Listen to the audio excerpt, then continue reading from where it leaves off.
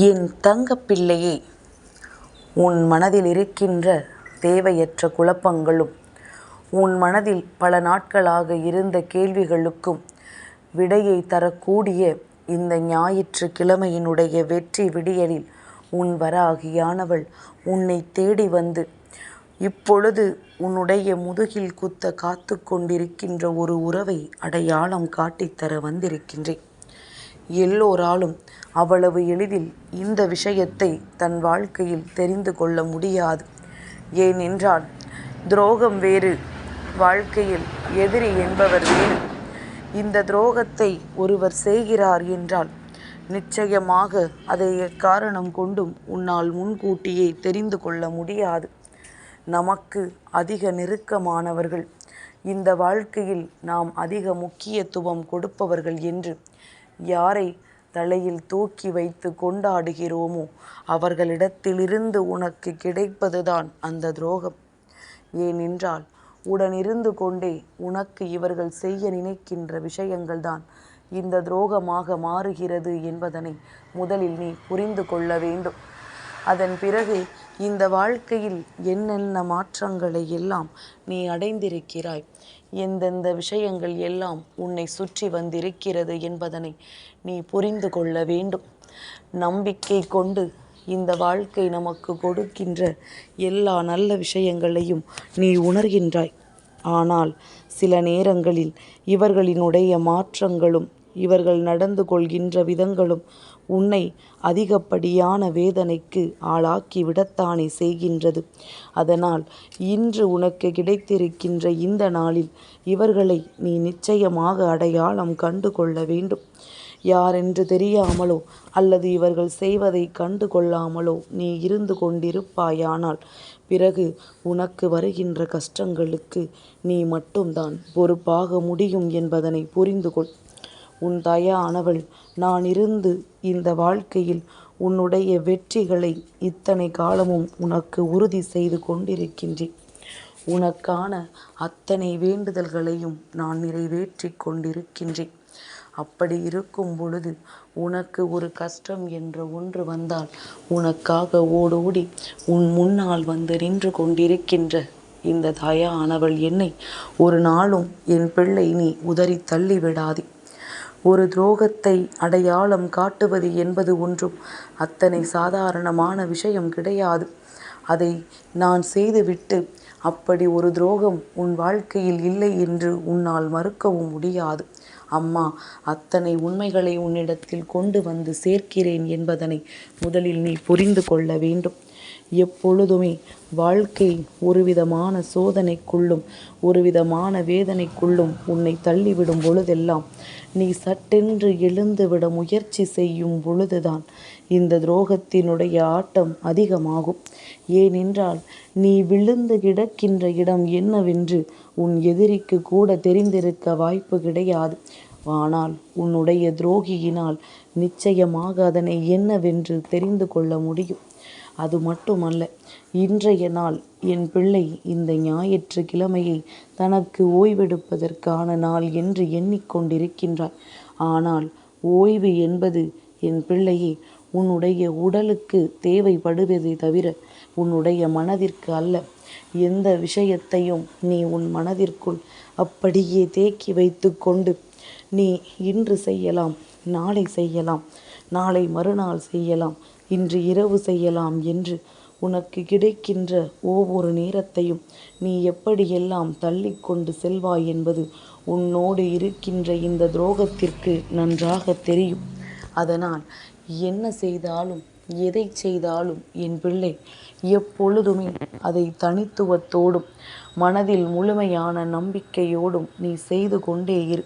நீ ஏற்றுக்கொள்கின்ற எந்த ஒரு விஷயங்களுமே இந்த வாழ்க்கையில் உன்னை வாழ வைக்கும் என்பது உன் நினைவில் இருக்க வேண்டும்.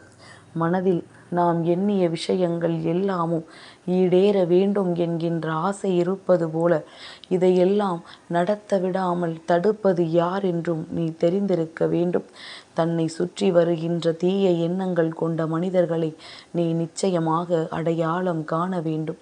வேண்டுமென்றே உனக்கு சோதனைகளை கொடுப்பவர்களையும் வேண்டும் என்றே இந்த வாழ்க்கையில் உனக்கு கஷ்டங்களை கொடுப்பவர்களையும் எப்பொழுதுமே என் பிள்ளை இந்த வாழ்க்கையில் இருந்து நீ ஒதுக்கி வைத்து விடத்தான் வேண்டும். இதற்கெல்லாம் கருணை பார்த்து கொண்டிருப்பதோ அல்லது நீ இவர்களை விட்டுவிட முடியாது என்று நினைத்து கொண்டிருப்பதோ உனக்குத்தான் நீயே குழியை தோண்டிக் கொள்கிறாய் என்பதனை மறந்து விடாதே.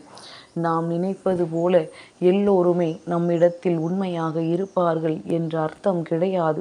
நீ எந்த அளவிற்கு உண்மையாக இருக்கின்றாயோ அந்த அளவிற்கு உனக்கு சோதனைகளை கொடுக்க இங்கு சிலர் இருக்கத்தான் செய்கிறார்கள் என்பதனை நீ மறந்து விடாதே. நல்ல நேரம் வரும் பொழுது இந்த வாழ்க்கையும் உனக்கான நல்ல நேரத்தை கொடுக்கும் என்பதனை முதலில் நீ புரிந்து கொள்ள வேண்டும். நான் இருந்து நடத்துவது என்றும் உன் வாழ்க்கையின் வெற்றியை உன்னிடத்தில் கொடுக்கும் என்பது முதலில் உன் நினைவில் இருக்கட்டும். என் குழந்தையே, நீ நினைத்திருக்கலாம், நம் வாழ்க்கையில் நடக்காதா, இதுவெல்லாம் நமக்கு சந்தோஷத்தை கொடுக்காதா, ஏன் நாம் மட்டும் காலம் முழுவதும் துரோகங்களையும் எதிரிகளையும் மட்டுமே சம்பாதித்து கொண்டிருக்கிறோம் என்று. என் பிள்ளையே, ஏனென்றால் நீ நேர்மையான பாதையில் சென்று கொண்டிருக்கின்றாய். யாருக்கும் எந்த ஒரு துரோகத்தையும் செய்யாமல் வாழ்க்கையின் வெற்றி பயணத்தை தொடர்ந்து கொண்டிருக்கின்றாய். அப்பொழுதுதானே போட்டிகளும் பொறாமைகளும் அதிகரிக்கும். என் குழந்தையே, நீ தவறான பாதையில் சென்று கொண்டிருந்தாயானால் உன்னை சுற்றி இருக்கின்ற யாரும் உன்னை பெரிதாக கண்டு கொள்ள மாட்டார்கள். அவர்கள் எந்த ஒரு விஷயத்தையுமே பெரிதாக எடுத்து கொள்ள மாட்டார்கள். ஆனால் நீ சரியாக பயணிக்கின்றாய், சரியான விஷயத்தை நோக்கித்தான் சென்று கொண்டிருக்கிறாய் எனும் பொழுது நிச்சயமாக வேண்டும் என்றே உன்னுடைய மனதை காயப்படுத்துவதற்கும் நீ அடைய போகின்ற வெற்றியை உன்னை அடைய விடாமல் தடுப்பதற்கும் இது போன்ற முயற்சிகள் நடக்கத்தான் செய்யும் என்பதனை முதலில் நீ புரிந்து கொள்ள வேண்டும். நம்பிக்கையோடு நீ செய்கின்ற எந்த ஒரு முயற்சிகளும் எப்பொழுதுமே உனக்கு வெற்றியை கொடுத்துவிடும் என்று அவர்களுக்கு தெரியும். அதனால்தான் உன் மனதை ரணமாக்க இவர்கள் உடன் இருந்து கொண்டே செய்கின்ற காரியங்கள்தான் இந்த துரோகங்கள். எந்த செய்தியை யாரிடத்தில் சொன்னால் உன் வெற்றிக்கு அவர்கள் முட்டுக்கட்டையாக வந்து நிற்பார்களோ அந்த செய்தியை அவர்களிடத்திலேயே கொண்டு சேர்க்கிறார்கள் இந்த துரோகம் செய்கின்ற மனிதர்கள். என் பிள்ளையை, இப்படி ஒரு விஷயம் உன் வாழ்க்கையில் நடக்கின்றது. நீ ஆசைப்படுகின்ற ஒரு விஷயம், நான் எப்படியாவது இதை பெற வேண்டும் என்று நினைக்கின்ற ஒரு விஷயம் யாருக்கு தெரிந்தால் உன் வாழ்க்கையில் அது நடக்காமல் போகுமோ அவரையே சென்று சேரப்போகின்றது. அதுவும் உன்னோடு இருக்கின்ற இந்த துரோகம் செய்கின்ற மனிதர்களால் என்பதனை முதலில் நீ புரிந்து கொள்ள வேண்டும்.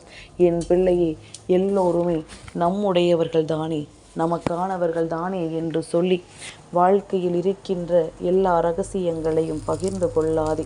நாளை இவர்கள்தான் உனக்கு மிகப்பெரிய துரோகிகளாக மாறுவார்கள்.